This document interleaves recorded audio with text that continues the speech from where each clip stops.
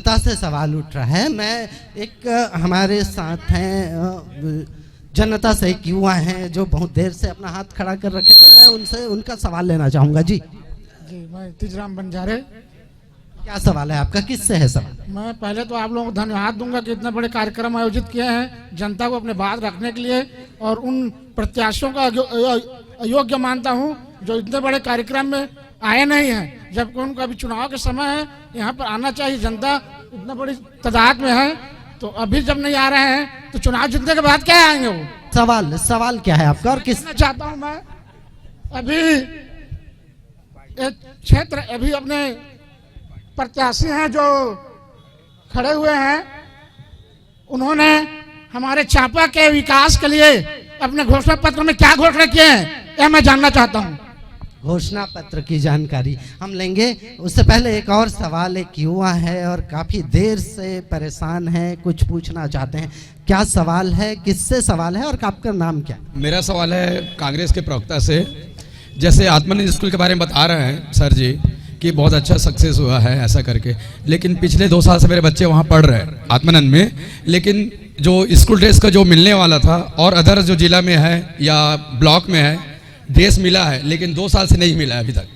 और ना ये जो स्कूल में जो क्या बोलते हैं स्कॉलरशिप फॉर्म सबमिट किए थे हम लोग, वो भी नहीं मिला है अभी तक से। मैं सीधा जवाब लूंगा सिमरन जी कांग्रेस प्रवक्ता से। आत्मानंद स्कूल में आपके बच्चे पढ़ते हैं, इसके लिए आपको बहुत बहुत बधाई। और रहा सवाल स्कूल ड्रेस का और छात्रवृत्ति का, छात्रवृत्ति डायरेक्ट आपके बच्चों के अकाउंट में जाएगी, ये हर साल जाता है और जाते रहेगा।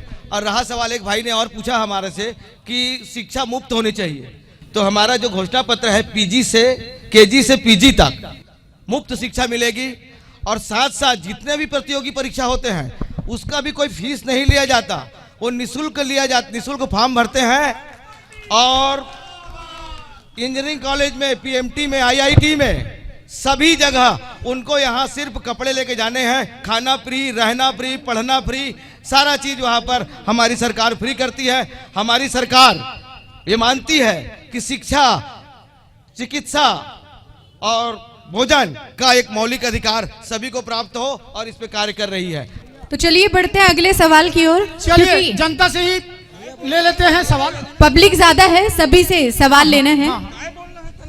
अरे हम क्या बोलेंगे, आप ही बोलो, आप ही बोलो। हमार विधायक है जो अभी वर्तमान में तेहर चापा में अगर हमार यहाँ मेडिकल कॉलेज खुलत रही तेला काबर अपन जानगिरेट में खुली कहा थे का वाला पूछा, और तुम बदलबो कथा विधायक ला बदला। एक मिनट, जब 10 साल से भी थे, 10 साल से भी थे मोतीलाल भैया भी। कौन मोतीलाल? 5 साल अब फिर 5 साल फिर 5 ठीक है ठीक है, तुम 15 साल शासन करे काबर मेडिकल कॉलेज चापा नहीं बनिस का? देखा,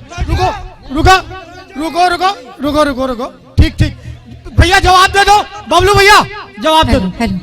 आप लोग शांति से सुनेंगे, यहाँ कोई झगड़ा नहीं चल रहा है, आप लोग को शांति से सुनना है, ठीक है? जो भी सवाल है, जो भी समस्या है, उसका आंसर यहाँ पे मिलेगा। भैया थोड़ा शांति से ना, शांति भैया। हाँ चलिए, हाँ चलो भैया इनके तरफ ले लो, थोड़ा सा ले लो इनके ऊपर, हाँ ले लो इनको, ले लो, मुझे भी अच्छा लगता है ऐसा होता है। जवाब सुन लीजिए, जवाब सुन लीजिए, जवाब। चलिए एक और सवाल ले लेते हैं। पहले उस सवाल का ही जवाब लेंगे, उसके बाद वो पे फालतू सवाल था, दूसरा ले लेते। हेलो, मैं ना तो कांग्रेस का हूँ ना बीजेपी का हूँ, लेकिन मैं कहना चाहता हूँ कि आप लोग मेडिकल कॉलेज बोल रहे हो, पहले लॉ कॉलेज क्यों नहीं खुला चापा में अभी तक? बीएड कॉलेज क्यों नहीं है चापा में अभी तक? कारण बताओ। दोनों पार्टी से पूछ रहा हूँ मैं, कांग्रेस से भी पूछ रहा हूँ, बीजेपी से भी पूछ रहा हूँ, यहाँ बीएड कॉलेज क्यों नहीं है चापा में? लॉ कॉलेज क्यों नहीं है चापा में? जवाब दीजिए मेरे को। चलिए भाई, जो आप दोनों पार्टी से ले लो। बबलू भैया बता दीजिए, और नागेंद्र भैया आप भी बता दीजिए। देखिए, आप लोग सुनना नहीं चाहते, ना कांग्रेस वाले ना बीजेपी वाले। सुनिए, बात सुनिए, बात सुनना है, क्योंकि कार्यक्रम का उद्देश्य है कि लोगों की बातें जो है वो जन जन तक पहुंचे। तो बात सुनिए। चलिए देखिए, आप लोगों को मैं बता दूं, जिला चिकित्सालय बिसाहुदास महंत जी को नाम से जो है वो होना चाहिए था। चांपा की पूरी जनता इस बात की मांग की थी कि यह जो चिकित्सालय है इसका स्वरूप बड़ा हो और जिला चिकित्सालय का दर्जा इसको मिले। यदि ये जिला चिकित्सालय होता तो निश्चित रूप से आज मेडिकल कॉलेज भी हमारे ही नगर में स्थापित होती। दूसरी बात, आपने एक और लॉ कॉलेज के बारे में बात की है, तो इस बिलासपुर संभाग में 2 LLM कॉलेज है और इसी विधानसभा में दूसरा LLM कॉलेज है। एक टसर टेक्नोलॉजी का सबसे बड़ा पूरे छत्तीसगढ़ में कहीं नहीं है और वह कॉलेज भी है तो हमारे ही विधानसभा में वह कॉलेज स्थापित है और उसका लाभ हमारे इस नगर के जिसकी बहुसंख्यक है हमारे बुनकरों को उसका लाभ मिल रहा है। तो चलिए बढ़ते हैं। चलिए इसी बात में मैं आ रहा हूं बबलू महाराज जी। एक हैंडलूम कॉलेज है आपके यहाँ, उसकी दुर्दशा शायद पूरा चापा नगरवासी जानते हैं। सिर्फ अगर कोई वहां पास होके भी आता है तो 4-5 बच्चे वो भी ले दे करके कुछ हो गया तो ठीक है, बाकी उसकी दुर्दशा आप जाइए और वहां देखिए कि एक कॉलेज है, उस कॉलेज की भी क्या दुर्दशा है। मैं किसी कांग्रेस भाई से ही पूछूंगा कि वहां की दुर्दशा के बारे में ही बता दें। जानकारी नहीं आप लोगों को, किसी को जानकारी नहीं है। वहां इनको कुछ नहीं मिलता उन्हीं है, को मालूम, जानकारी कैसे उन्हीं को रखेंगे? मालूम है। आप लोग मैं बता देता हूं वहां के बारे में। कमीशन, हाँ ठीक बता दीजिए। क्या है, इनको यहाँ के बुनकरों के बारे में बिल्कुल भी चिंता नहीं है, इसलिए उस कॉलेज की तरफ ये नजर उठा करके भी नहीं देखना चाहते। तो चलिए कांग्रेस के भी प्रवक्ता कुछ कहना चाहते हैं इस बारे में। चलिए और कुछ। IIST Hindu Indian handloom minute, technology आपके कांग्रेस भारत के भाई- सरकार का एक उपक्रम है। नागेंद्र जी आपके भाई बोल रहे हैं। मैं बबलू भैया से एक बात पूछना चाहूंगा कि बबलू भैया नगर पालिका में नेता प्रतिपक्ष है ना, और पूरा चापा जानता है कि नगर पालिका में कांग्रेसी ठेकेदारों से ज्यादा ठेकेदार बीजेपी के ठेकेदार काम कर रहे हैं। उनके भाजयुमो के जिलाध्यक्ष, भाजयुमो के नगर मंडल अध्यक्ष, नगर मंडल नाम बता दीजिए। मैं खुद ठेकेदार हूँ, लेकिन पद नाम बताइए ना, पहले पद नाम बता दीजिए एक बार आप। हाँ बिल्कुल भैया बता रहा हूँ, वही बता रहा हूँ। पहले बता दीजिए। पहले तो ये बोलना चाहूंगा, नहीं पहले पद नाम बताइए अपना। कांग्रेस का विधानसभा अध्यक्ष हूँ। विधानसभा अध्यक्ष भैया, आप ठेकेदार हैं? उसमें कोई चोरी आप तो नहीं ठेकेदार है, हैं? उसमें कोई चोरी तो नहीं नहीं है है ना? आप बार बार नहीं है ना? नहीं सुनिए, नहीं, पहले चोरी पहले नहीं है, बात ठेकेदारी सुनिए। करना। नहीं पहले बात सुनिए। आप बार ठेकेदार कर रहे हो तो आपको जानकारी होना चाहिए कोई ठेकेदार कोई चोरी नहीं होता, ठीक है? और आप खुद ठेकेदार हो, चोर होता है। दूसरा चीज अगर हम चोरी कर रहे हैं तो क्या आपको कमीशन देते हैं क्या हम लोग? आप प्रश्न क्यों उठाते हैं? आप चोरी करिए, आपको कमीशन की जरूरत नहीं है। और दूसरा चीज नगर मंडल अध्यक्ष यहाँ के रात दिन सीएमओ के आसपास घूमते रहते हैं। क्या सेटिंग है भाई, बता दीजिए थोड़ा सा। चलिए बता दीजिए और पब्लिक से ही अपन सवाल लेते हैं। मैं नेताओं दे दूं का उनका सवाल जवाब। तो बहुत कुछ हो गया है, सुनेंगे?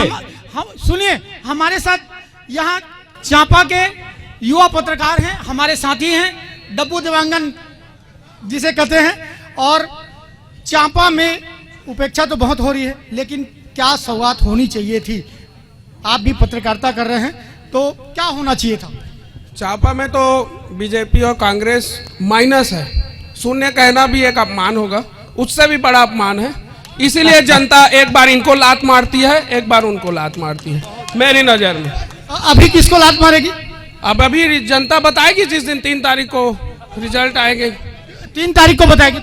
कोई सवाल कांग्रेस भाजपा से किसी से? नहीं, सवाल करना सवाल तो कर लो। अपमान हो जाएगा, सवाल करना सवाल का कुछ तो सवाल करना सवाल का अपमान हो जाएगा। धन्यवाद गोपाल भैया आपका।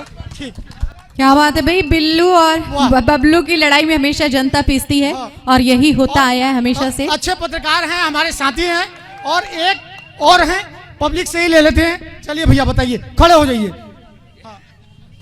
मेरा किसी भी पार्टी से कोई रिश्ता नहीं है, एक युवा होने के नाते युवा के ही दृष्टिकोण से एक प्रश्न है।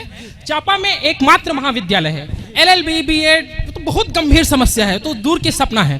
चापा का एकमात्र महाविद्यालय में 200 मीटर के दायरे में एक दारू भट्टी संचालित होती है गार्डन के सामने में। दोनों ही पार्टी से प्रश्न है, उनका भी शासन रहा, इनका भी शासन रहा, 100 मीटर के भी दायरे में नहीं होगा। और जो हमारा महाविद्यालय है उसमें भी अभी तक के गर्ल्स हॉस्टल का कब से चल रहा है, 20 साल वो खंडहर बन चुका होगा, आज तक गर्ल्स हॉस्टल नहीं खुला है। दारू भट्टी के ठीक सामने में बस स्टैंड है और गार्डन यहीं पे है, सभी पब्लिक, पूरा पब्लिक प्लेस है ये दारू इस भट्टी का तो स्थान हो ही नहीं सकता था। और दूसरा सबसे गंभीर प्रश्न है, यहाँ युवा बैठे हैं, 3 साल तो कोरोना में चला गया जिसमें कोई भी वैकेंसी ही नहीं आई, और अभी जो वैकेंसी आई है वो सब भ्रष्टाचार के हत्थे चढ़ गई। तो गंभीर प्रश्न है कि युवा जाए तो जाए कहाँ? किससे पूछे ये? से, क्योंकि इसमें कोई छूटा नहीं है। चलिए भैया, नागेंद्र भैया से पूछ लो, और फिर एक ही प्रवक्ता हैं बबलू भैया, उनसे भी पूछ लो। सबसे पहले तो जैसे कि बबलू भाई ने बताया कि IIST इंडियन हैंडलूम टेक्नोलॉजी एक भारत सरकार का उपक्रम है, जिसकी व्यवस्था केंद्र से होती है। जहां पर आज भी व्याख्याता नहीं है, वहां वैकेंसी ही नहीं है, तो वहां पर जो बच्चे ऑल इंडिया से टसर टेक्नोलॉजी सेलेक्ट होके आते हैं, एकमात्र यहाँ है, उसके बाद असम में है एक, तो वहाँ जो टसर टेक्नोलॉजी और के जो प्रशिक्षित होते हैं उनके लिए कोई सुविधा नहीं है, और केंद्र सरकार उसको ध्यान नहीं दे रही है। और रहा सवाल LLB और LLM का, हमने पिछले 15 वर्षों से लगातार प्रयास किया, क्योंकि 15 वर्षों तक भारतीय जनता पार्टी की सरकार थी, जो छत्तीसगढ़ में 2 LLM कहते हैं, हमारे जो मौजूदा विधायक है उन्होंने खींचकर उसको जांजगीर ले गया। दूसरा रहा सवाल LLB का भी हमारा प्रस्ताव इस बार है। रहा सवाल दारू है उसको बोलना चाहिए, और यहाँ पे कोई लड़ाई झगड़ा वाला मैटर नहीं हो रहा है, तो आप लोग शांति बना के रखिए, क्योंकि देखिए ना तो बीजेपी से आपका प्रत्याशी आया है और ना ही कांग्रेस से आया है, सिर्फ आप लोग कार्यकर्ता आपस में जो भी बहस हो रही है। सो प्लीज इस चीज का ध्यान रखिए, आपका जो नेता है वो खुद कहीं और है और आप लोग एक दूसरे से लड़ रहे हैं, वो चीज बिल्कुल गलत होनी चाहिए। चलिए बिल्कुल गलत है। और अभी एक मिनट गोपाल भैया, और जब ये हाल चुनाव से कुछ दिन पहले का है, तो चुनाव के बाद आपका प्रत्याशी क्या करेगा ये सोचिए, पब्लिक के अंदर उनकी क्या इमेज जा रही है, आप लोग खुद सोच लीजिए। हमको बताने की जरूरत नहीं है, इस कार्यक्रम के माध्यम से पब्लिक के अंदर आप लोगों की क्या इमेज बन रही है, आपके प्रत्याशी की क्या इमेज बन रही है, इन सब बातों को ध्यान में जनता से सवाल ले लेते हैं। राज भाई, कांग्रेस के भाई लोग, आप लोग थोड़ा सा, आप लोगों के पास 50 बार गया हूं, आपसे पूछना है, चलिए पहले मैं आप ही से पूछ लेता हूं। चलिए आप अपनी बात, अंतिम बात रख दीजिए। हम लोग जांजगीर चांपा विधानसभा के ऊपर में डिबेट कर रहे हैं, और माननीय चरण दास महंत अभी सख्ती से चुनाव लड़ रहे हैं। मैं इसलिए चाहता हूं कि मुद्दा जो है जांजगीर चांपा विधानसभा में रहे तो ज्यादा बेहतर है। अगर उनकी बात निकालेंगे तो उनको भी पता है कि हमारे आदरणीय श्रद्धेय बलिहार सिंह जी भी खाद्य मंत्री रहे हुए हैं यहाँ से। ठीक हो गया, बात हो गया। चलिए भैया, आपसे सवाल लेंगे। 1 मिनट, राजनीति की ही बात हो रही है, चलिए 4 सवाल ले रहे हैं। माननीय चरणदास महंत जी मेरे भी आदरणीय, उनके भी आदरणीय, और विधायक नहीं है, माननीय वो विधानसभा अध्यक्ष हैं, इसलिए पूरा प्रदेश की जवाबदारी उनकी भी है। इसलिए मैं क्वेश्चन पूछ रहा हूँ। नंबर 1, बात सुनने की ताकत रख लो, फिर जवाब भी सुन लेना। बात को हजम नहीं कर पाओगे, हिल जाओगे। हाँ सुनो ना भैया, सुन लो, शांति से सुनो और जवाब दीजिए उसका। चरणदास महंत ने एक भी विकास कार्य यहाँ पर करवाया है, चाहे डिवाइडर हो, चाहे राम माना तालाब हो, केवल फीता काटने जानते हैं वो। और कॉलेज है, कॉलेज भी बलिहार सिंह जी की देन है, SDM ऑफिस भी बलिहार सिंह की देन है, और जांजगीर चांपा जिला। सवाल ले लो, सवाल बता दो, सवाल उनसे पूछे, सवाल उनसे ले लेते हैं। मैं उनसे पूछ रहा हूँ तो बीच में क्यों बोलते हैं भाई? मत बोलो ना भाई, रुके मत बोलो। मैं उनसे सवाल पूछ रहा हूँ, आपसे नहीं पूछ रहा हूँ। मेरे को कोई भी एक काम बता दिए चरणदास महंत जी का यहाँ पर उनके द्वारा दिया गया हो तो। इतने उन लोग पूरा जिंदगी भर 70 साल से प्रतिनिधित्व किए हैं उन लोग। जहां तक BDM हॉस्पिटल के भी सवाल है, वो प्रकाश चंद्र सेठी की देन है, वो उनके विकास कार्य चांपा कॉलेज माननीय बलिहार सिंह के पैसे की बनी हुई है केवल। चलिए रिलैक्स, नागेंद्र भैया से ले लेते हैं। एक्चुअली आपको बता दें कि माइक लगा हुआ है ऑलरेडी, माइक में तेज आवाज आती है, तो थोड़ा रिलैक्स होकर बोलिए, बहुत ज्यादा चिल्लाने से कुछ नहीं होगा, थोड़ा सा रिलैक्स होकर बोलिए, आपके सवाल का जवाब बिल्कुल मिलेगा। सबसे पहले तो जो सवाल उन्होंने किया है वो 20 से 25 वर्ष पूर्व का है। 20 से 25 वर्ष पूर्व जब यहाँ का प्रतिनिधित्व स्वर्गीय बिसाहू दास जी महंत ने किया करते थे, उसके निधन के पश्चात यहाँ पर डॉक्टर चरण दास जी महंत ने प्रतिनिधित्व किया। एक बार मौका स्वर्गीय बलिहार सिंह जी को मिला, जो अपने मंत्रित्व काल में खाद्य एवं नागरिक आपूर्ति मंत्री, उसके बाद जेल मंत्री के पद पर सुशोभित हुए। और रहा सवाल विकास की बात, तो विकास जो पहले यहाँ पर तहसील था, तहसील को उन्नत करते हुए अनुविभाग बनाया गया। अनुविभाग बनाने के बाद में यहाँ पर अनुविभागीय अधिकारी की पदस्थापना हुई। उस समय भी सरकार कांग्रेस की थी। यहाँ पर जब बहुत पहले, जब हम लोग छोटे छोटे थे, तो यहाँ पर जब कॉलेज की स्थापना हुई तो यहाँ के भारतीय जनता पार्टी के उस समय के नेता विरोध किए थे कि यहाँ कॉलेज नहीं खुलना चाहिए, बच्चे बिगड़ जाएंगे, ये सोच थी उनकी। और दूसरी बात जब यहाँ पर विधायक थे 1975-76 की पहले की बात है, जब आप करते हो तो फिर आपको अच्छा लगता है। चलिए और आप यहीं विरोध विराम करने लेते लगते हैं। हमारे साथ दो और रहा प्रत्याशी सवाल हैं। जिला का। चलिए शांति शांति शांति शांति, आराम से आराम से आराम से। देखिए चलिए अगला सवाल ले लेते हैं। पब्लिक के बीच से कोई अगला एक सवाल, मिनट, अभी अगला कोई सवाल ले नहीं लेते होगा। हैं। अभी कोई सवाल नहीं होगा। आपको बता दें अदर प्रत्याशी भी हैं। भैया कहाँ हैं? गोपाल ड्रोन वाले भैया। थोड़े हवा चला दो, उधर थोड़ा पब्लिक में हवा जाना चाहिए। चलाइए। आप ये बताइए कि इतने सारे अभी प्रत्याशी भी आपके चांपा से उतर रहे हैं मैदान पे, तो कैसा नेता आप चुनना चाहेंगे? क्योंकि आपने बीजेपी भी देखा, कांग्रेस भी देखा, तो इस बार आप क्या सोच रहे हैं? जय जोहार सबको इला। और खास करके हमार भाजपा प्रत्याशी नारायण चंदेल विधायक हरी से हमार तो हनी है इस कछु कारण से। और हम छत्तीसगढ़ महतारी के बेटान तो अभी प्रतिनिधि हवे बबलू भैया फोन में बिजी है मंच में। तो मैं बबलू भैया करे एक बात पूछना चाहता हूँ, प्रतिनिधि है तो मोर कतिले के मैं कई बार जांजगीर के स्टेशन करले गुजरता हूँ, अभी तक 15 साल में नारायण चंदेल भैया के घर के आगू के रोड नहीं बनीस।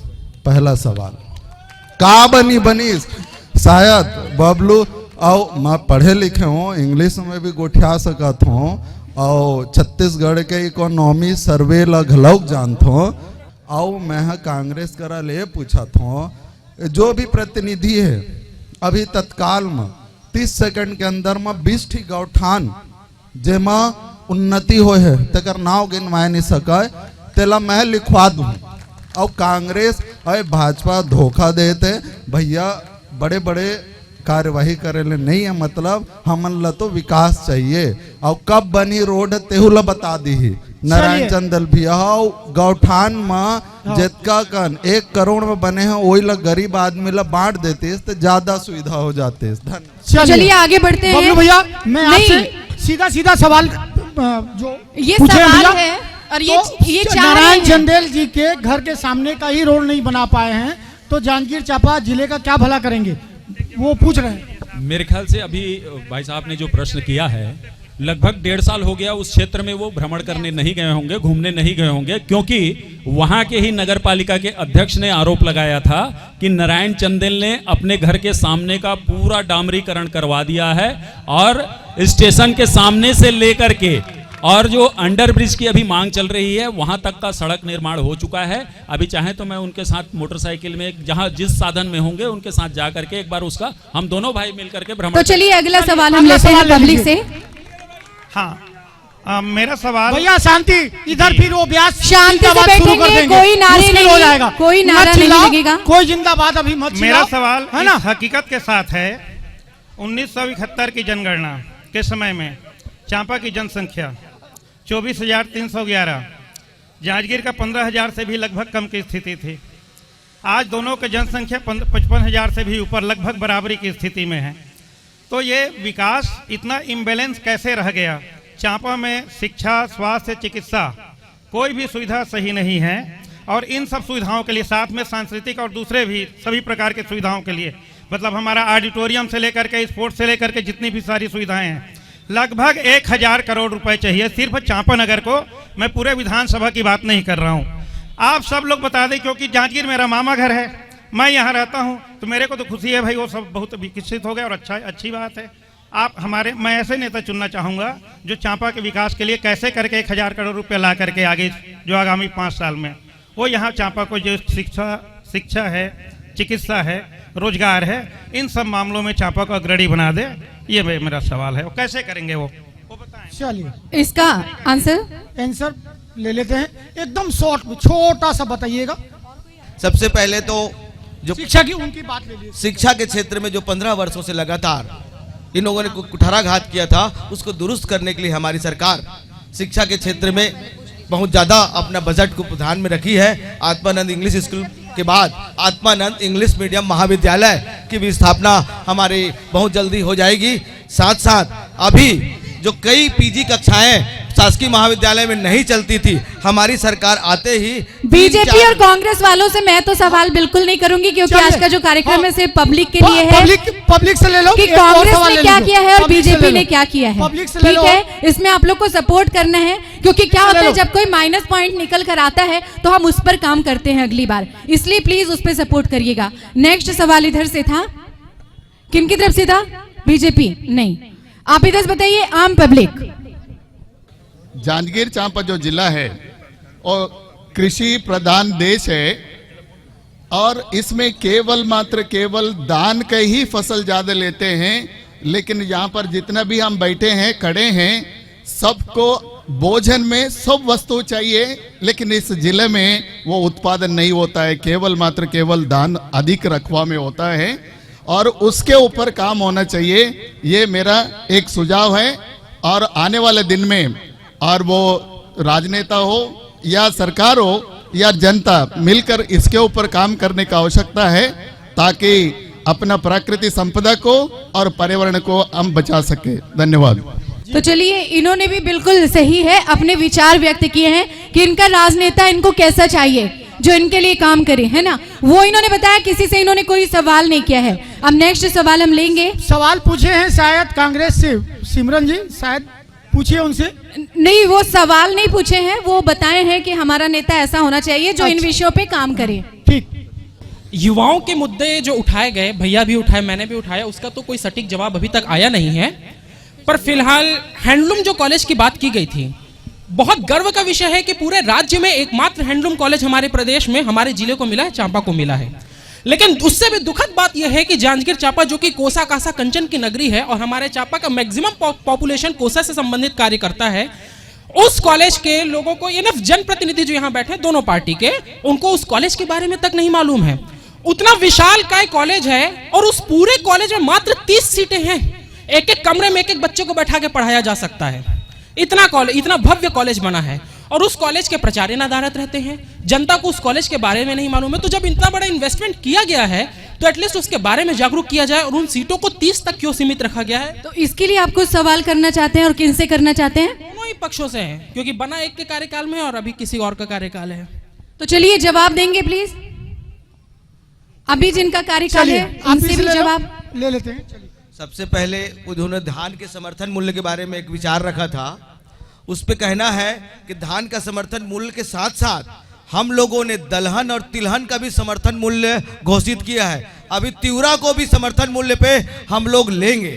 तो थाली के संपूर्ण व्यवस्था के लिए हमारी सरकार प्रतिबद्ध है। जबकि IIST एक इंडियन हैंडलूम टेक्नोलॉजी जो केंद्र सरकार का एक उपक्रम है, वहाँ की सारी व्यवस्था सेंट्रल गवर्नमेंट की होती है। और जैसे इन्होंने बताया कि कौसा कासा कंचन, इन्होंने GST के मकड़ जाल में उस व्यापार को भी प्रभावित किया है।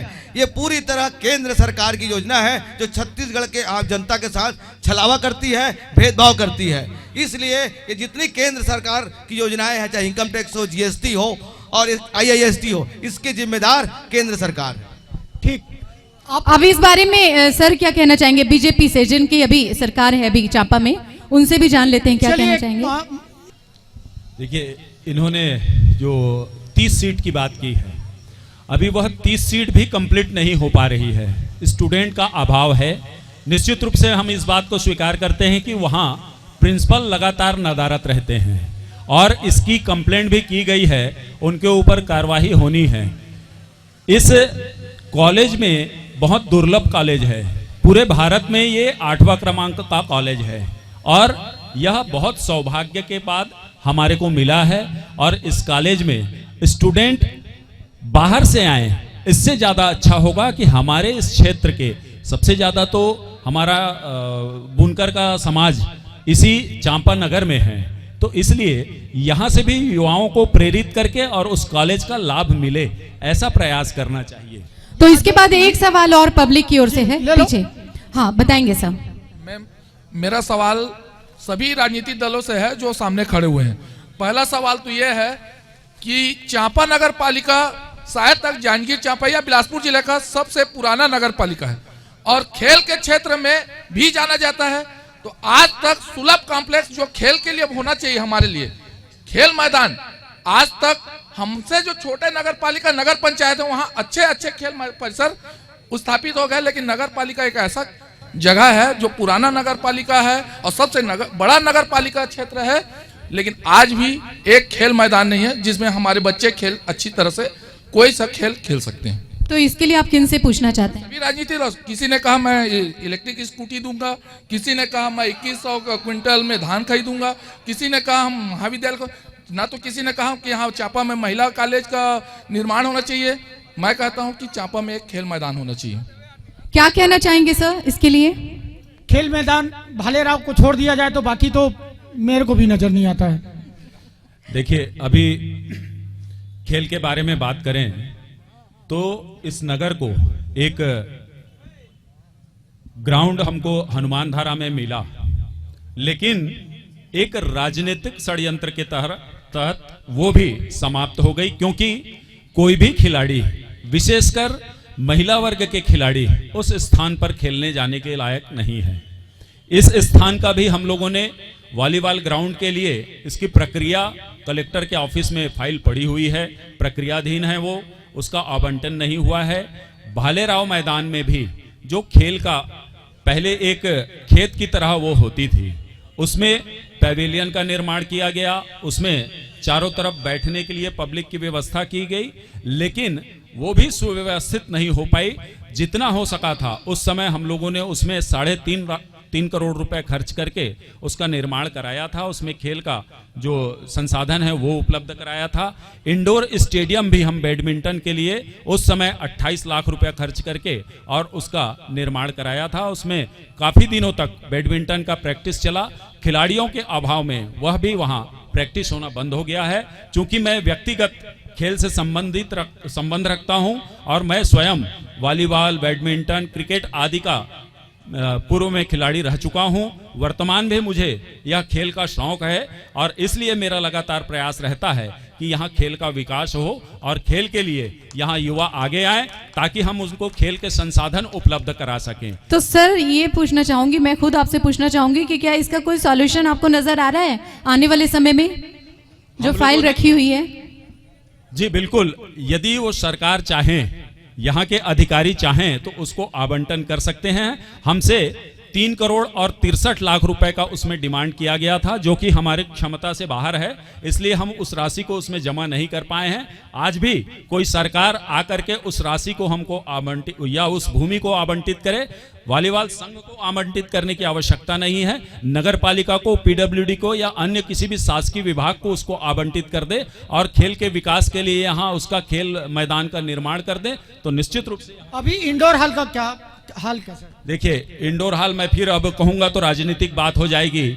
उसको इंडोर हॉल एक यहाँ है, वहां केवल इस इंडोर हॉल में एक मूर्ति स्थापित कर दी गई है बिसाहुदास महंत जी के नाम से, और वहां कोई एक खिलाड़ी जाने को तैयार नहीं है खेलने के लिए। वहां ना बैडमिंटन के लिए ग्राउंड है, ना वहां खिलाड़ियों के लिए किसी प्रकार से कोई व्यवस्था है।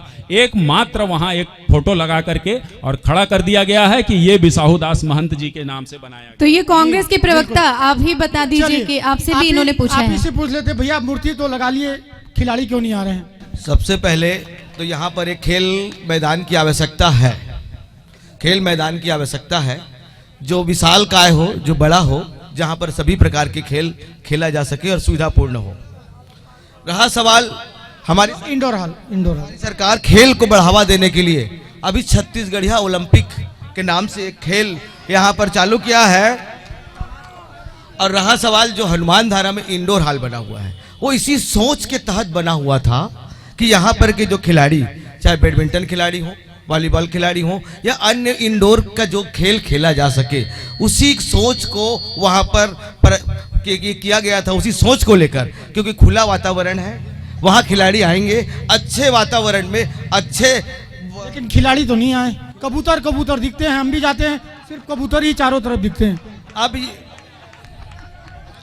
अब यहाँ पर खिलाड़ी को आप, सीधी सी बात है, खिलाड़ी कैसे जाएगा? खिलाड़ी खुद जाए, खेले या व्यवस्था करे, ये सरकार की जवाबदारी है। सरकार संसाधन उपलब्ध करा सकती है, खिलाड़ी तो खड़ा नहीं कर सकती। खिलाड़ी तो हमें बनना पड़ेगा, हमें खेलना होगा। जिस तरीके से भालेरा मैदान को, ये भी क्रिकेट खेलते थे, मैं भी क्रिकेट खेलता था, वहां पर सुव्यवस्थित किया गया है। तो सवाल इस बात का है, चलिए वैसे में तो अगर वो बात है तो भालेरा मैदान के आसपास भी किसी की निजी जमीन है। अच्छा भाले वहाँ सुनिए सुनिए हनुमान धारा में जमीन बची है कि नहीं बची है? जमीनें है ना हनुमान धारा में है। हनुमान धारा में जो जमीन है वो कुछ वन आच्छादित है। देखिए, मेरा वहां पर एक बढ़िया प्रोग्राम था कि एक मैं ऑक्सीजोन बनाऊं वहां पर, क्योंकि वो वन विभाग से आरक्षित जमीन है जहां पर वृक्षारोपण हुआ है। खुले वातावरण में इवनिंग वॉक, मॉर्निंग वॉक के लिए वहां पर जाते हैं। वो एक धार्मिक जगह, धार्मिक महत्व की जगह है।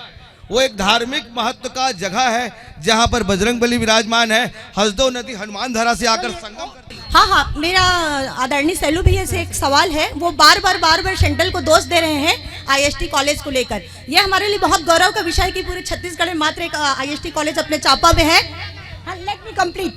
मैं ये उनसे पूछना चाहती हूँ, उनको मालूम होना चाहिए कि जब हमारी पूर्ववर्ती सरकार थी, रमन जी, तो सारे बच्चों को स्कॉलरशिप मिलती थी 2500। मैं उनसे पूछना चाहती हूँ, अभी इतनी प्रयास के बाद शायद अभी शुरू हुआ हो वो नहीं दिया जाता। 5 साल में उनकी सरकार ने किसी गरीब बच्चों को स्कॉलरशिप नहीं दिया के साथ। दूसरी बात यह है कि जब हमारी रमन सरकार थी तो 5 साल जो बच्चे पढ़ाई के बाद अंतोगत्वा उनको संविदा में एक उनको मतलब आय के साधन दिए।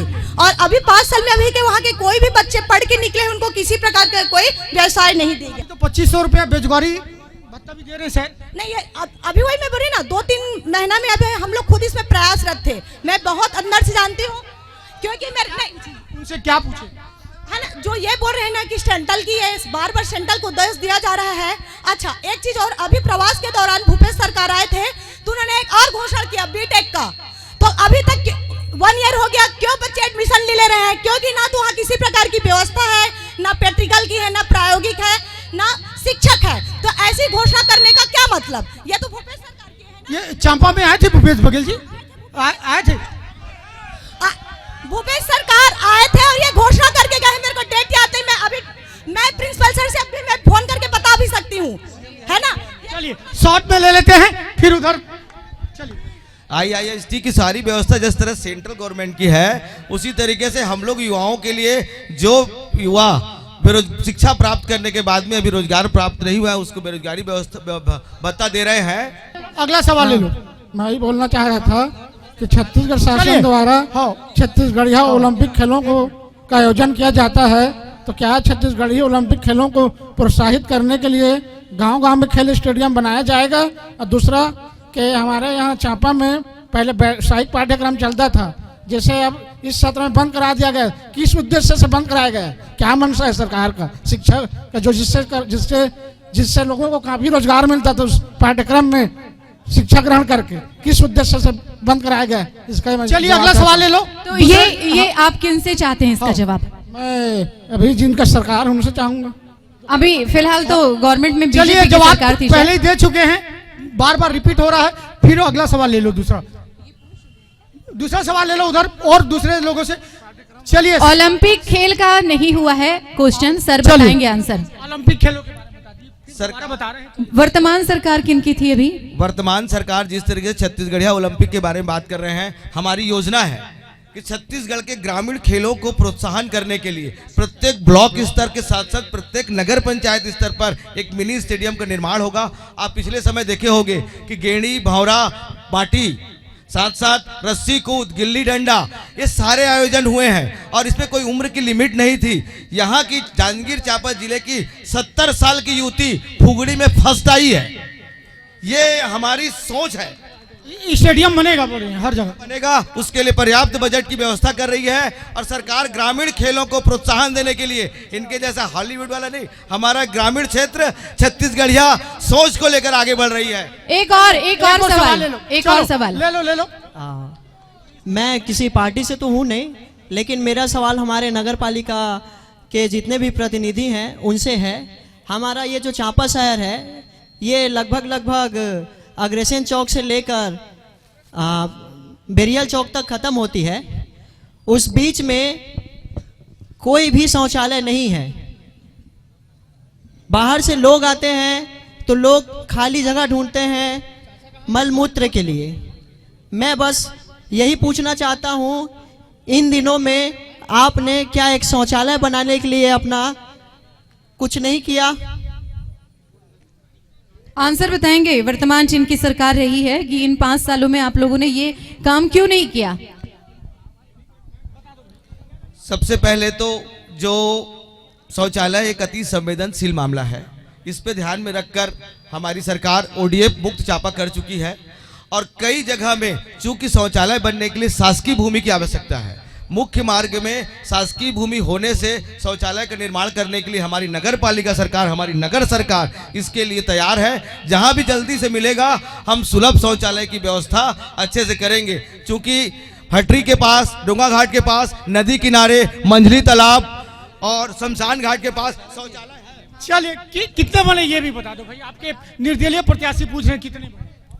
अभी 4-6 जगह, जैसे मंझली तालाब में एक शौचालय है, शमशान घाट के पास एक शौचालय है, नदी के किनारे एक शौचालय है, साथ साथ और भी बहुत सारे सुलभ शौचालय। सभी में गोदरेज का ताला लगा हुआ है। गोदरेज का ताला परशुराम भवन के पास एक शौचालय है। ये सारे संचालित हैं। देखिए हम भी कई जगह गए, हर जगह गोदरेज का ताला लगा हुआ है और कई जगह तो हालत बहुत खस्ता हाल है। उसकी देखिए यहाँ बहुत से शौचालय संचालित हैं, लेकिन 9 शौचालय जो है वो पिछले 10 सालों से पेंडिंग पड़ा हुआ है। बन गया है, कंप्लीट है, ताला लगा है। चूंकि अभी महंत जी समय नहीं दे पाए हैं, उसका उद्घाटन नहीं हुआ है। जैसे ही महंत जी समय देंगे वो शौचालय का उद्घाटन होगा। एक गांधी भवन के पास बना हुआ है, एक श्याम मंदिर है उसके बगल में बना हुआ है, डोंगा घाट के, ऐसे करके 9 शौचालय अभी पेंडिंग है। बहुत जल्दी महंत जी समय देंगे, उसका उद्घाटन होगा, उसके बाद फिर वो प्रारंभ हो जाएगा। जी एक्चुअली देखिए, एक मिनट आप मेरी बात सुनिएगा। आपको बता रहे, नहीं आपकी भी सुनेंगे, लेकिन मैं आपको बताना चाह रही हूँ, हम पब्लिक के बीच पता है क्यों गए थे? क्योंकि देखिए आप लोग पार्टी वाले हो, कभी कोई जीतता है कभी कोई जीतता है। आप लोग क्या कार्य कर रहे हो क्या नहीं कर रहे हो, ये योजना भी आती है और वो हो रही कि नहीं हो रही आप लोगों को जानकारी नहीं रहती है, लेकिन उसकी पूरी जानकारी पब्लिक को रहती है क्योंकि यूज वही करते हैं, है ना। इसलिए वो अपनी समस्या बताते हैं आप लोगों को कि हमारे शहर की ये समस्या है, उसका निराकरण होना चाहिए। अब अगले चुनाव में जीतने के बाद कौन आएगा, बीजेपी आएगी, कांग्रेस आएगी या अदर पार्टी आएगी, इसके बारे में कोई नहीं जानता।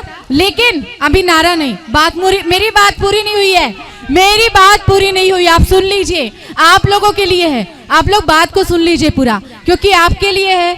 आप लोग नहीं तो नारे ही लगाते रह जाओगे। पब्लिक पे क्या इमेज जा रही है आप लोग की, ये नहीं ध्यान दे रहे हो आप लोग। पब्लिक है पूरी पीछे, एक्चुअली उनकी उम्मीद आप लोगों से रहती है कि कौन जीतेगा, हमारे लिए क्या करेगा। और यदि कहीं पे कोई माइनस पॉइंट रह जाता है, जैसे इन्होंने शौचालय की बात कही, किसी ने और कोई बात कही, तो जो भी जीतेगा तो उसकी कोशिश ये होनी चाहिए कि अगली बार हम इस काम को पूरा करेंगे। इस चीज पे आप लोग फोकस करिए, बाकी नारेबाजी से कुछ नहीं होने वाला। तो चलिए कार्यक्रम में आगे बढ़ते हैं। हमारे 2 प्रत्याशी यहाँ पे हैं, 2 प्रत्याशी, भैया बैठ जाओ, इनके ऊपर करो। हाँ 1 मिनट आ रहा हूं मैं आप ही के पास। 2 प्रत्याशी हमारे साथ हैं, नीलम सोनार और आकाश तिवारी जी, इनके तरफ भी आ रहे हैं। और हाँ इनके साथ भी, दोनों के साथ बड़ा मजेदार खेल हुआ है। कैसे हुआ है? जो नीलम सोनार है उनको भरी हुई थाली मिल गई और जो आकाश तिवारी है उनको हीरा मिल गया, है ना। क्या होना था, नीलम सोनार को तो हीरा मिलना था, है ना, और इनको, है ना। तो नीलम सोनार जी ने एक बड़ी बात कही समर्थन देने की। कांग्रेस पार्टी से इन्होंने कहा कि उनका समर्थन इनके पास है। मैं वो क्लियर जानना चाहूँगा, जनता जानना चाहती है नीलम सोनार जी से, कांग्रेस पार्टी का आपको समर्थन है? कांग्रेस पार्टी का समर्थन की बात ऐसा है कि भाई देखिए, मुद्दे की बात होती है तो नागिन गुप्ता जी ने कहा कि जनता की जो मेन आवश्यकता की चीज़ है वो चावल और धान से पूरी नहीं होती, और उन्होंने कहा कि हमारी सरकार पूरी भरी हुई थाली पे फोकस कर रही है। तो मेरे भी पहचान को, मेरा भी जो चुनाव चिन्ह है भरी हुई थाली है, मैं उस नजरिए से उनको देखता हूं। वो दिल से मुझे चाहते हैं, छोटे भाई होने के चाहते हैं, भले ही वो कांग्रेस के प्रवक्ता हैं, लेकिन उनका दिल मेरी तरफ है। राजनीतिक रूप से नागेंद्र गुप्ता जी क्या कहना चाहते हैं? मेरा कहने का मतलब था कि एक संतुलित आहार जो होता है, जिसपे सभी प्रकार के पौष्टिक आहार मिले हों और थाली में दाल चावल रोटी सब्जी हो। हमारी सरकार कुपोषण के लिए बहुत बड़ा बजट की है और आज हमने मध्याह्न समर्थन वाली बात पे हम आते हैं। समर्थन वाली बात को जनता जानना चाहती है, वो स्पष्ट करें। तो किसी भी निर्दलीय को एक वोट, निर्दलीय नहीं है नीलम सोनार जी, निर्दलीय किसी भी अदर पार्टी को हम कैसे समर्थन देंगे जो हमारे विपक्ष में खड़े होकर चुनाव में भाग ले रही है? किसी भी तरीके से हम किसी भी पार्टी को इस विधानसभा में, क्या पूरे छत्तीसगढ़ में किसी भी विधानसभा में किसी भी गैर दूसरे राजनीतिक पार्टी को समर्थन नहीं दिया गया है, ना ही अभी दिया जाएगा। आप पे मैं फिर आ रहा हूँ। एक शराबबंदी को लेकर एक सवाल आ रहा था, मेरे कानों तक पहुंचा। हमारे साथ है एक युवा जी, परिचय। मेरा नाम खड़े हो जाइए। मेरा नाम है संतोष प्रधान और मैं ये पूछना चाहता हूँ कि यहाँ के जनप्रतिनिधि कहाँ हैं? दिख ही नहीं रहे हैं, कहाँ हैं? एक और दो है, हाँ? ना कांग्रेस के दिख रहे हैं ना बीजेपी के दिख रहे हैं। मेरे को नहीं समझ में आ रहा है ये। जी, ये सवाल मैं बबलू भैया से लेना चाहूँगा, भारतीय जनता पार्टी की ओर से। आपके प्रत्याशी यहाँ पे नहीं हैं, ये सवाल काफ़ी लंबे समय से उठ रहा है और ये सुलग रहा है, लोगों के बीच सुलग रहा है। देखिए, प्रत्याशी यहाँ जरूर उपस्थित नहीं है, इसी नगर में हैं, लेकिन जनप्रतिनिधि मैं भी हूँ। जनप्रतिनिधि यहाँ उपस्थित है और यहाँ की जनता ने जितना भी सवाल किया, बहुत सम्मान के साथ उनके प्रश्नों का उत्तर मैं भी जनप्रतिनिधि हूँ और जनप्रतिनिधि के द्वारा दिया गया है और संबंधित जो भी सवाल हैं उसका बहुत जवाबदारी के साथ मैं उत्तर देने के लिए यहाँ उपस्थित हूँ। चूंकि मैं भारतीय जनता पार्टी के जिले का महामंत्री भी हूं, इसलिए मेरा हर एक उत्तर भारतीय जनता पार्टी की ओर से होगी और उसमें कहीं किसी भी जनता को इस बात का संशय नहीं होना चाहिए कि मेरे द्वारा दिया गया उत्तर उनसे संबंधित नहीं है। मैं भी एक प्रत्याशी हूं और उस प्रत्याशी का प्रतिनिधि के रूप में यहाँ उपस्थित।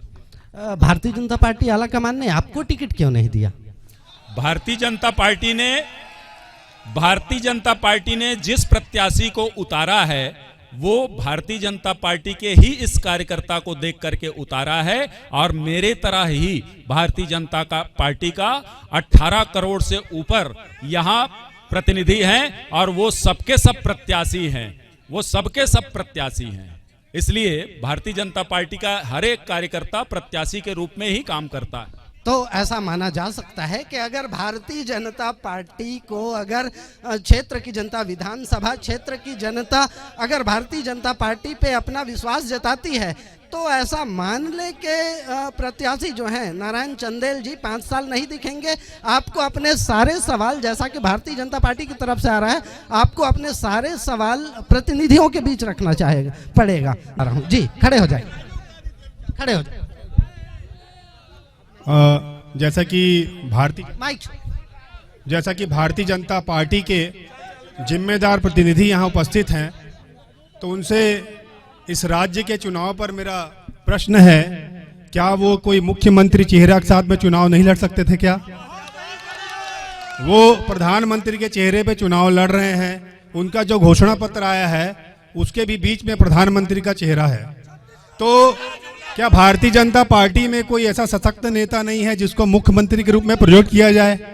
जैसे हमारे यहाँ कांग्रेस में भूपेश बघेल जी स्पष्ट छवि के व्यक्ति हैं, तो क्या भारतीय जनता के पार्टी के पास में कोई ऐसा नेतृत्व नहीं है जो मुख्यमंत्री का कैंडिडेट है? मैं जिम्मेदार भाजपा के प्रतिनिधि से सवाल कर रहा हूँ। मैं ये सवाल लेके मैं जो जिम्मेदार हैं उन तक जाऊंगा, लेकिन एक सवाल फिर से ले रहा हूँ। जी, आपका कोई सवाल है? देखिए, चांपा नगर पालिका में हम बैठे हैं, तो इधर उधर की बात मत कर, ये बता कि आसियानिया क्यों लूटा? आपके नगर पालिका के सामने में दारू भट्टी बना हुआ है, उसके सामने में 2 आदमी की मृत्यु हो जाती है आपके कार्यकाल में, राजेश अग्रवाल जी के कार्यकाल में उस भट्टी को वहां स्थापित किया गया है। आज भी आप लोग का सत्ता है और आपके लोग नगर पालिका में बैठे हैं। क्यों बंद नहीं किया गया? क्यों बंद नहीं किया गया? क्यों बंद नहीं किया गया नगर पालिका? ये बड़ा सवाल है। गुप्ता जी जवाब देंगे। गुप्ता जी, ये ऐसा नहीं, बिल्कुल एक दूसरे पर आप लोग को भड़कना नहीं है। नॉर्मली बात करिए, नॉर्मली बात करिए, ऐसे बिल्कुल भड़कना नहीं है एक दूसरे के ऊपर। नॉर्मली बात करिए, बिल्कुल एक दूसरे के ऊपर भड़कना नहीं है। भड़कना बिल्कुल भी नहीं है एक दूसरे के ऊपर, नॉर्मल ही बात करिए।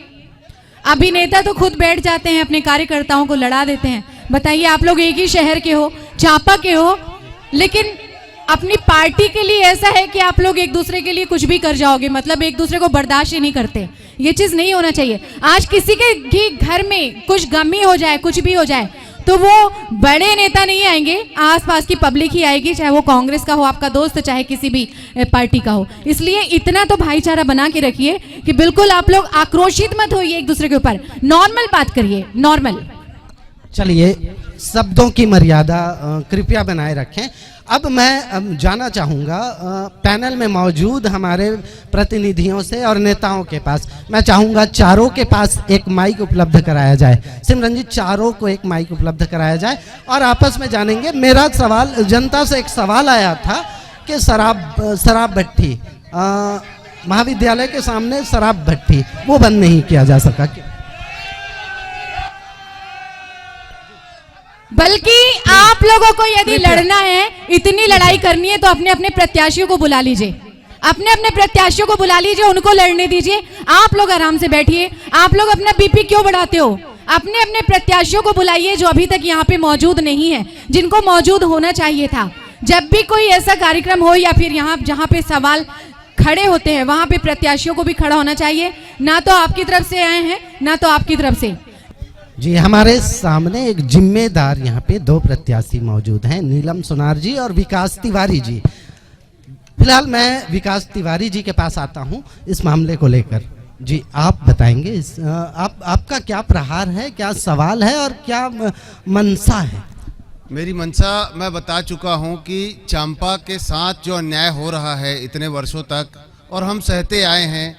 चूँकि हम अभी तक नेताओं को वोट देते थे, इस बार मैं स्वयं प्रत्याशी बन करके आया हूं और मैंने संकल्प लिया है कि चांपा को उन्नत करके रहूंगा। उसकी जो आपने कोई गंगा जल उठा के कसम खाने वाला ऐसा कोई रस्म या 100 रुपए के स्टाम्प में एफिडेविट देने वाला कोई रस्म है क्या? मैं ये कहना चाहता हूं कि मैं पहले भी चांपा में था और 17 के बाद भी चांपा में रहूंगा और इसी चीज के लिए प्रयत्नशील रहूंगा और हमेशा इसके बारे में ही काम करूंगा। मैं भागने वाले प्रत्याशियों में से नहीं हूं। आप ये कम से कम गंगा जल नहीं, हमारे ये राम बांधा तालाब का जल उठा के ही कसम खा देते विकास तिवारी जी। मैं नीलम सुनार जी से जानना चाहूँ। जी, जैसे बात हुई दोनों पार्टियों का एक अस्तित्वगत जो लड़ाई है, हसदेव जो नदी है उसने जांजगीर और चांपा को दो भागों में बांटा, लेकिन नदी की जो अस्तित्व रहती है उसकी वजह से हमारे दिल में जो भेद नहीं होना चाहिए। हम दोनों जिलों के अस्तित्व की बात करें, कहने का मतलब है चांपा और जांजगीर शहर की। मैंने पहले भी कहा हम विकास पे फोकस करें। 1971 से बना हुआ नगर पालिका परिषद, क्यों आज तक दोनों सरकारों में नगर निगम बनाने का प्रयास क्यों नहीं किया गया? और अगर छोटे विकास पे छोटी फंड की बात होती है तो नगर निगम के अस्तित्व पे क्यों नहीं सोचते हैं दोनों पार्टियां? सोचना चाहिए। आज तक 50 सालों के इतिहास में नगर निगम क्यों नहीं बन पाया? आपके बगल में कोरबा को देखिए, आपसे बात का बना हुआ शहर है, फिर भी आपसे 100 गुना ज्यादा डेवलपमेंट है, सारी चीजें हैं, तो हम क्यों नहीं कर सकते? हमारे अंदर सोच होनी चाहिए। हम इन छोटे छोटे मुद्दों पे लड़ाई करेंगे कि नगर पालिका का ये हो गया, दारू भट्टी बनी, रोड नहीं बना, इन सब चीजों पर फोकस करेंगे तो हम आगे नहीं बढ़ पाएंगे। वादे या लुभावने वादे, किस टाइप के वादों को लेकर आप चुनावी मैदान में हैं? क्षेत्र की जनता को आप किन बातों को लेकर, क्या आप उनकी रुचि कैसे पढ़ते हैं आप, और किस इस तरह के वादे या फिर गिफ्ट लेकर आप उनके बीच हैं? आप कैसे वोट की उम्मीद करते हैं? देखिए, वादे, गिफ्ट और घोषणा पत्र की चीजें होती हैं, बिंदुओं में बोल दिए जाते हैं, लेकिन मैं दोनों पार्टियों से ये कहना चाहूँगा कि अपने घोषणा पत्रों पे अमल करें और 5 साल बाद जनता को फिर से दिखाएं और लाल स्याही से उन पे टिक करें कि कितने वादे उन्होंने पूरे किए। और इन सब चीज़ों पे नहीं हो पाती तो फिर झूठे वादे बना के फिर से कसम खाने वाली बात, गंगा जल उठाने वाली बात कि गाय पे अपन कसम खाएं, इन सब चीज़ों पे जनता को बार बार बरगलाने का प्रयास ना करें। सही काम करें और मुद्दे का काम करें। प्रशासनिक क्षमता होने के नाते मुझे प्रशासनिक अनुभव भी है। आपका इशारा कांग्रेस पार्टी की ओर था, कांग्रेस पार्टी की ओर से क्यों आपकी पार्टी ने 36 वादों में कितने वादे पूरे किए? लाल स्याही से टिक करने का हमारे नेताजी का एक पूर्व में हमारे जो जन घोषणा पत्र 2018 में जारी किया था, उन सभी वादों को लगभग पूरा कर लिया गया है और वादे से ज़्यादा हम लोगों ने विकास किया है। चाहे वो किसानों का कर्जा माफ हो, बिजली बिल हाफ हो, लोगों को रोजगार देने की बात हो, दाल दलहन तिलहन के सहित तेंदुपत्ता से वनोपज को भी समर्थन मूल्य में हम लोगों ने खरीदा है। साथ साथ बहुत सारे शिक्षा हो, चिकित्सा हो, हर क्षेत्र में जिस वादे के साथ हम लोगों को आशीर्वाद यहाँ पर प्रदान की है, समग्र सुलगता सवाल था एक शराबबंदी का एक सवाल था, वो नहीं पूरा हो पाया। शराबबंदी, मैं आपको बता दूं, सवाल सुन लो, जवाब सुन लो, उसके बाद फिर प्रश्न कर लेना। जो प्रश्न करोगे सबका उत्तर दिया जाएगा, सबका उत्तर दिया जाएगा। कोई भी प्रश्न करिए, सबका वाकिफ उत्तर मिलेगा। आप शराबबंदी, जब हमारी सरकार नहीं थी तो रमन सिंह जी ने दारू भट्टी का सरकारीकरण किया और उन्होंने सरकारी दारू भट्टी वहां पर खुलवाया। उसके लिए हम लोगों ने आंदोलन किया। रहा सवाल शराबबंदी का, तो शराबबंदी मैं चाहता हूं पूरे भारत में शराबबंदी हो, पूरे भारत में शराबबंदी हो। केंद्र की सरकार क्यों नहीं चाहती कि पूरे भारत में शराबबंदी हो? अगर हम यहां शराबबंदी करेंगे तो पड़ोसी राज्य से शराब की आप सीधा जवाब नहीं देना चाहते? एक सवाल है अंकल के पास। जी, आप बताएंगे अपना परिचय? मैं विकास मोदी और मैं किसी पार्टी का नहीं हूँ। मैं ये जानना चाह रहा हूँ, पहले छत्तीसगढ़ में कसम खाया था शराबबंदी, पहले छत्तीसगढ़ में करे, उसके बाद केंद्र सरकार होगा। जी, इनका कोई सवाल है अगला? मैं ये कांग्रेस पार्टी से पूछना चाह रहा हूँ, जो शराबबंदी के लिए जो ये गंगा जल उठाए थे, वो ओरिजिनल का गंगा जल था या डुप्लीकेट गंगा जल था? डुप्लीकेट गंगा जल था। आपका सवाल? जी, आपका नाम? सर, मैं देवेंद्र खटकी, चांपा से। सर, मैं बेरोजगार हूँ सर, मेरे को नौकरी चाहिए। इसके लिए मैं क्या करूँ, कौन सा पार्टी में जाऊँ मैं? गंभीर सवाल है दोनों। मैं ये स्वतंत्र छोड़ता हूँ, उनका सवाल था, उनको नौकरी चाहिए। ये सवाल देने का मादा कौन रखते हैं? विकास तिवारी जी, नागेंद्र गुप्ता जी, नीलम सोनार जी या पुरुषोत्तम शर्मा जी? विकास तिवारी जी ने पहला हाथ उठाया है, उनको नौकरी चाहिए।